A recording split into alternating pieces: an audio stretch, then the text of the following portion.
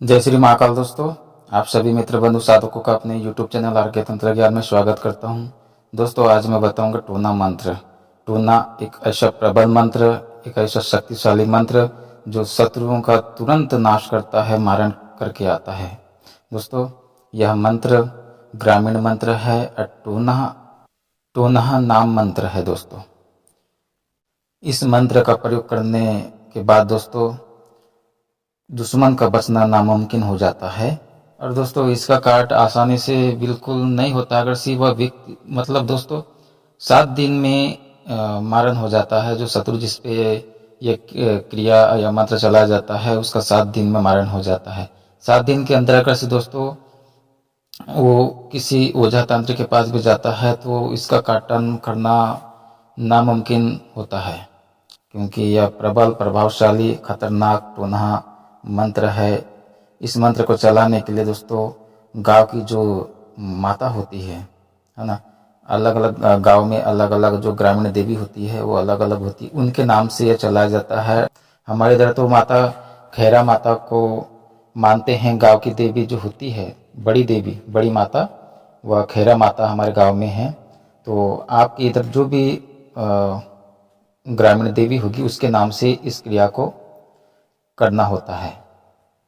दोस्तों करने से पहले गांव की देवी जो माता है उसकी सिद्धि और उससे प्रसन्न करने के लिए आपको कुछ क्रिया करना पड़ता है, क्योंकि दोस्तों वो आपको नहीं जानती, ठीक है, क्योंकि उसे पता नहीं कि आप कौन हो।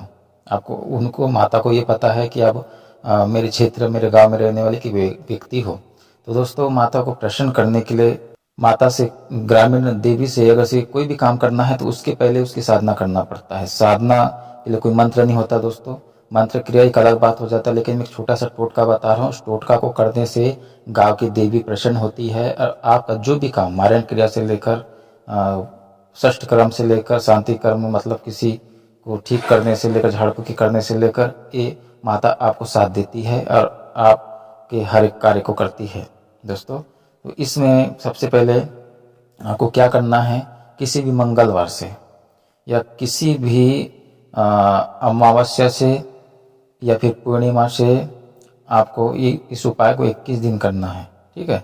वो क्या करना है, 1 लोटा जल लेके जाना है। 1 लोटा जल, 5 अगरबत्ती, 1 कपूर की टिक्की, कुमकुम सिंदूर और 1 नारियल, 1 पान, 1 सुपारी, 1 बतासा और 2 लौंग।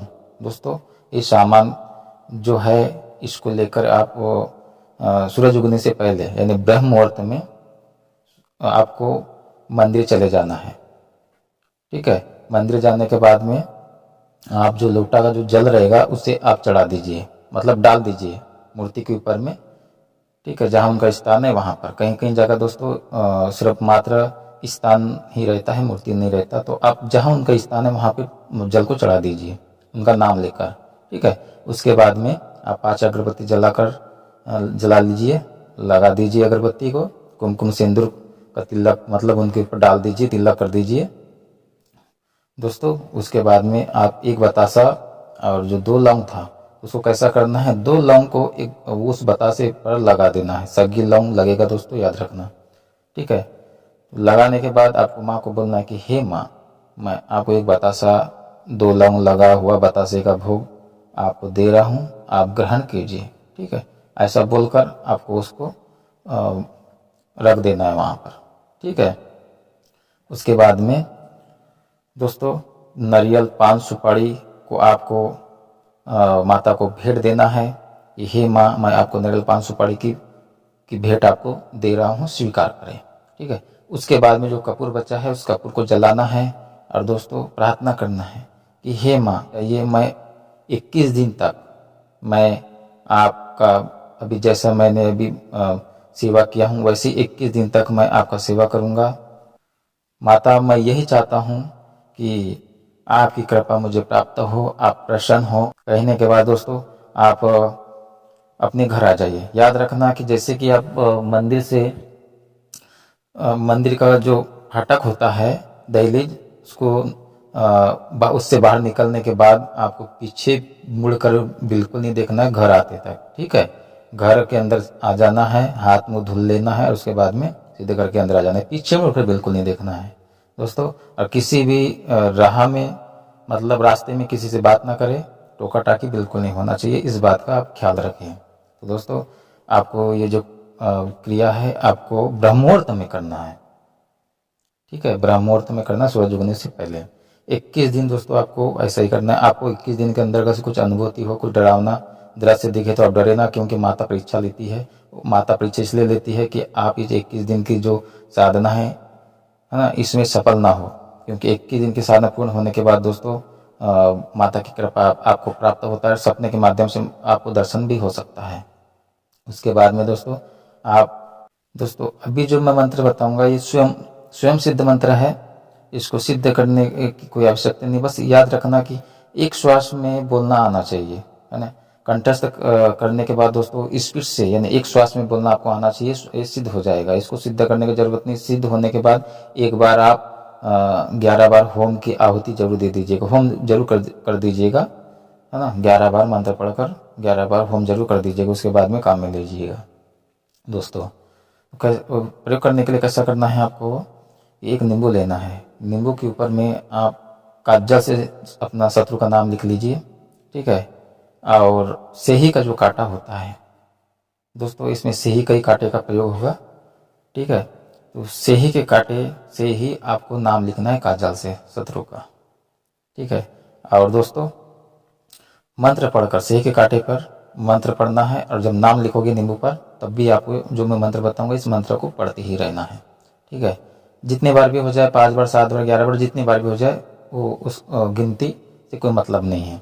उसके बाद दोस्तों जैसे नाम लिख के हो जाएगा, उसके बाद में जो आपने नाम लिखे थे उस भाग में आपको जो सही का कांटा है, कांटा पर आप 7 बार मंत्र पढ़कर आपको एकदम से नींबू के आर पार कर देना है दोस्तों। और उसको आप काले कपड़े में रख दीजिए, ठीक है। और उसके बाद में आपको मंदिर जाना है, जो ग्रामीण देवी की आपने जो साधना की थे उस मंदिर में जाना है, माता से प्रार्थना करना है कि हे माँ इसका मारण तुरंत कीजिए, मारण होने के बाद मैं आपको, ठीक है, मन्नत रखिएगा, मारण होने के बाद में आपको माता को अगर से मुर्गी लगता हो तो मुर्गी दीजिए, ठीक है। या फिर सात्विक देवी हो तो नारियल 5 सुपारी की भेंट दीजिए दोस्तों। ये काम होने के बाद देना ही पड़ता है, अगर नहीं दोगे तो दोस्तों आप जानो और आपका काम जानो, क्योंकि देना ही पड़ता है काम होने के बाद, ठीक है। माता को बोलिए कि माता मेरे काम कीजिए, मैं आपको एक मुर्गी की बलि दूंगा, ठीक है। तो दोस्तों काम होने के बाद देना पड़ता है, याद रखना। सात्विक देवी है तो नारियल 5 सुपारी की भेंट दीजिए, ठीक है। तो दोस्तों फिर उसको कैसा करना है, उस नींबू को जो आपने काले कपड़े में रखे थे उसको देवी मंदिर में, अगर से दूर शत्रु है ना, आपका शत्रु दूर है तो आप देवी मंदिर में ही गड़ा दीजिए, कहीं भी एकांत स्थान में देखकर, ठीक है। यानी कि जो देवी मंदिर का जो प्रांगण है वहाँ पर कहीं भी गड़ाएगा चलेगा। अगर से माता के पास अगर से जगह है, कच्ची जमीन का, मिट्टी का जमीन का ही है मंदिर, तो आप माता के पास में गड़ा दीजिए। अगर और दूसरी बात दोस्तों कि आप शत्रु के घर में भी इसको गड़ा सकते हो, जैसे शत्रु इसको लांघेगा वैसे ही उसका मृत्यु हो जाएगा दोस्तों।